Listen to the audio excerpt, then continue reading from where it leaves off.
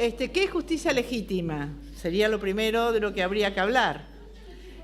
Muy bien explicaron que somos una asociación civil con intereses en el mejoramiento de los sistemas judiciales.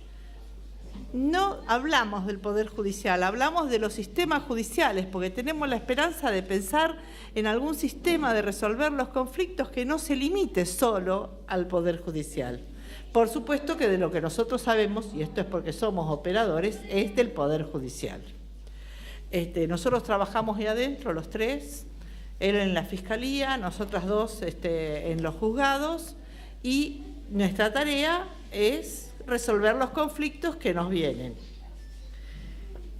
Conocemos los problemas de adentro del Poder Judicial y cuando nos juntamos con la gente que necesita de nosotros y que necesita del Poder Judicial para poder hacer valer sus derechos, tomamos noticia de los problemas de afuera del Poder Judicial.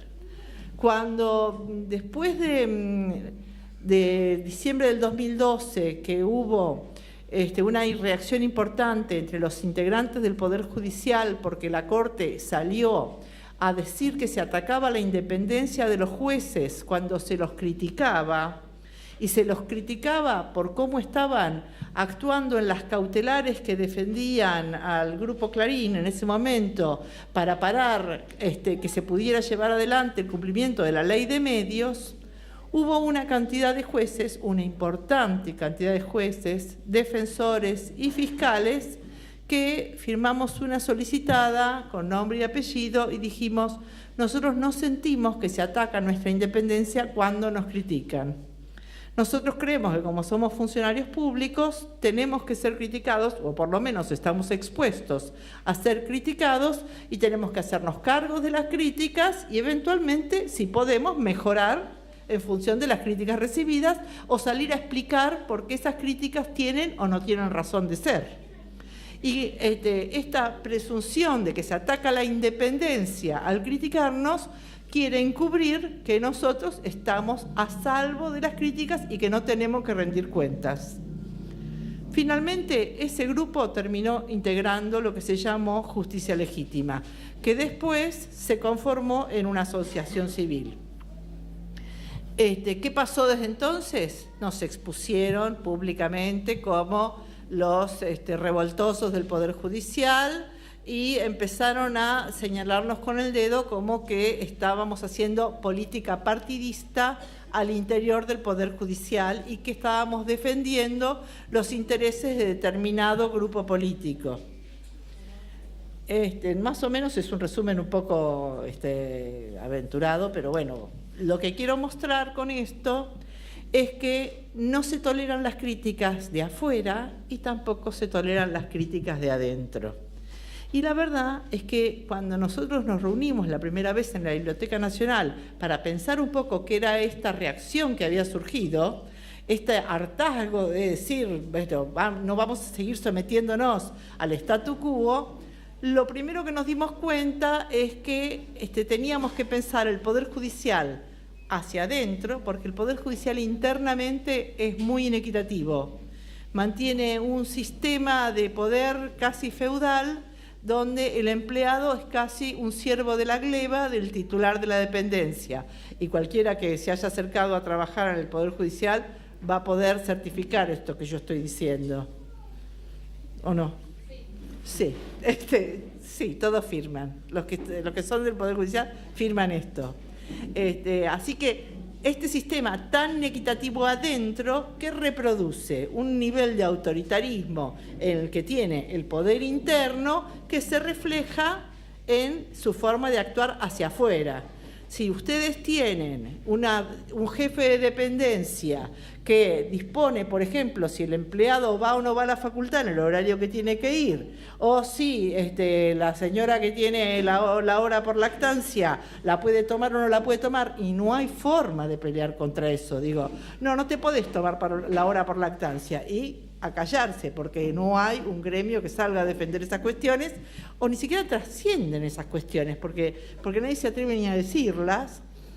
Bueno, digo que si ustedes tienen un jefe de dependencia con ese nivel de autoritarismo, será porque él se acomoda a ese nivel de autoritarismo. Y eso después se refleja en su forma de leer el derecho y en su forma de resolver las cuestiones de afuera. Así que no son independientes el adentro y el afuera. Que nosotros tengamos un poder judicial con reglas transparentes, claras, fijas, y en todo caso que podamos discutir adentro, va a implicar necesariamente una mejor respuesta afuera. Pero si nosotros tenemos un reclamo importante afuera que critica el nivel de autoritarismo y de corporación, del funcionamiento de corporación del Poder Judicial, también eso va a redundar en una mejor forma de trabajo interna.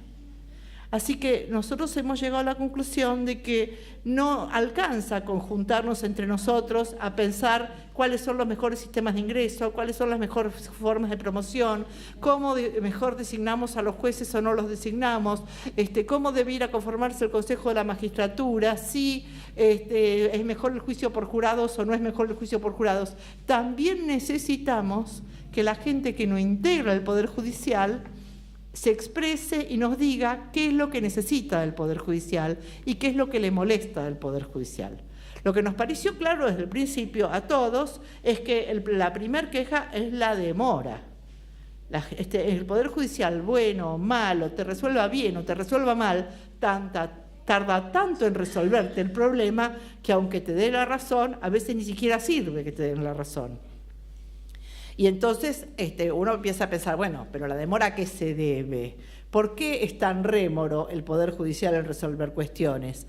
Y es rémoro porque usa todo un sistema escrito, por ejemplo, y el sistema escrito ¿qué favorece? Favorece que nadie se entere de lo que está pasando dentro del expediente, porque ¿quién va a leer el expediente? Solo el que tiene acceso al expediente, solo ese conoce lo que está pasando allí adentro.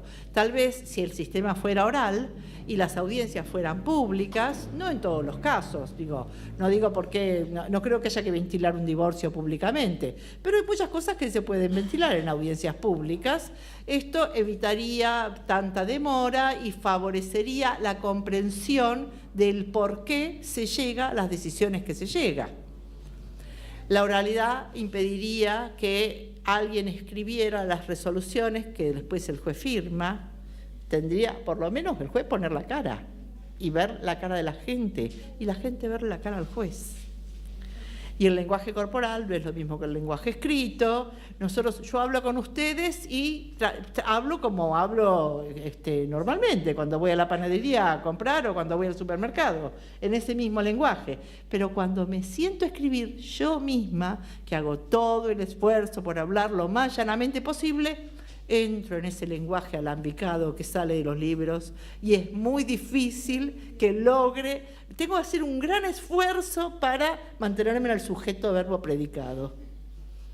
La verdad que, y eso que yo vengo hace años peleando porque las sentencias sean sencillas, comprensibles, dirigidas a la persona que las recibe, que en general, como yo trabajo en penal, son gente, en general, la gente que recibe sentencias en el fuero penal son de un segmento bastante vulnerable. Así que es el lugar donde más sencillas deben ser las sentencias. Bueno, con todo, a mí me da trabajo, ni les digo al que no lo intenta, porque esas son en latín. Yo tengo compañeros que escriben en alemán en las sentencias. Yo en inglés. Bueno, y nadie les dice nada, no escriben en castellano en las sentencias. Y entonces, por eso estamos haciendo estas cosas que estamos haciendo. Venimos acá, queremos escucharlos y estamos a disposición de ustedes para todas las críticas, todos los comentarios y para que pensemos en conjunto que si el Poder Judicial no es una preocupación de toda la comunidad, no vamos a tener nunca el Poder Judicial que nos merecemos tener. Y el Poder Judicial debe servir, yo no estoy hablando de la justicia, aclaremos. Esto es el Poder Judicial, no la justicia. Eso es otra cosa, que alguna vez ya llegaremos, no sé. Pero digo, el Poder Judicial debería ser la autopista de la adquisición de derechos. no tengo el remedio, la obra social no me lo da, bueno, yo tengo que poder recurrir a un poder judicial que me solucione el problema rápidamente. Y después haré los trámites administrativos, la obra social, discutiremos, pero yo tengo que conseguir el remedio. Esa autopista de consecución de derechos lo que va a hacer es reconocerme los derechos que yo ya tengo, porque cuando yo voy al Poder Judicial y una sentencia me da la razón, está reconociendo que yo ya tenía la razón, solo que ahora me lo están reconociendo. El derecho yo ya lo tenía, el derecho es mío, no es que me lo crea el Poder Judicial. Digo, entonces, si el Poder Judicial me reconoce los derechos que yo ya tengo y esto queda claro y explícito a través de una sentencia judicial que lo consagra como derecho, yo voy avanzando en mi nivelación de igualdad con el que más tiene. Por eso digo que el Poder Judicial debe servir como una autopista camino de la igualdad. Y para eso tenemos que tener diseñado el Poder Judicial, para achicar la brecha entre los que más tienen y los que menos tienen. Para eso debiera servir el Poder Judicial, no para consagrar el statu quo, digamos, para consagrar que el que más tenga, más tiene, y el que menos tiene, menos tenga. Bueno, en eso estamos. Les paso el micrófono a mis compañeros. Bueno, vamos a hacer una ronda cortita para que lo más interesante, y es que ustedes nos pongan a prueba, digamos, y nos pregunten, sea el punto de más tiempo de este encuentro. Cuando escuchaba los agradecimientos y la presentación y la importancia que se daba a que nosotros tres estuviésemos hoy acá sentados con ustedes, pensaba qué buen ejemplo de la distancia real que existe entre esto que Malala llama el poder judicial y todos nosotros como ciudadanos. Porque, digo, al fin de cuentas, los jueces, los fiscales, los defensores son personas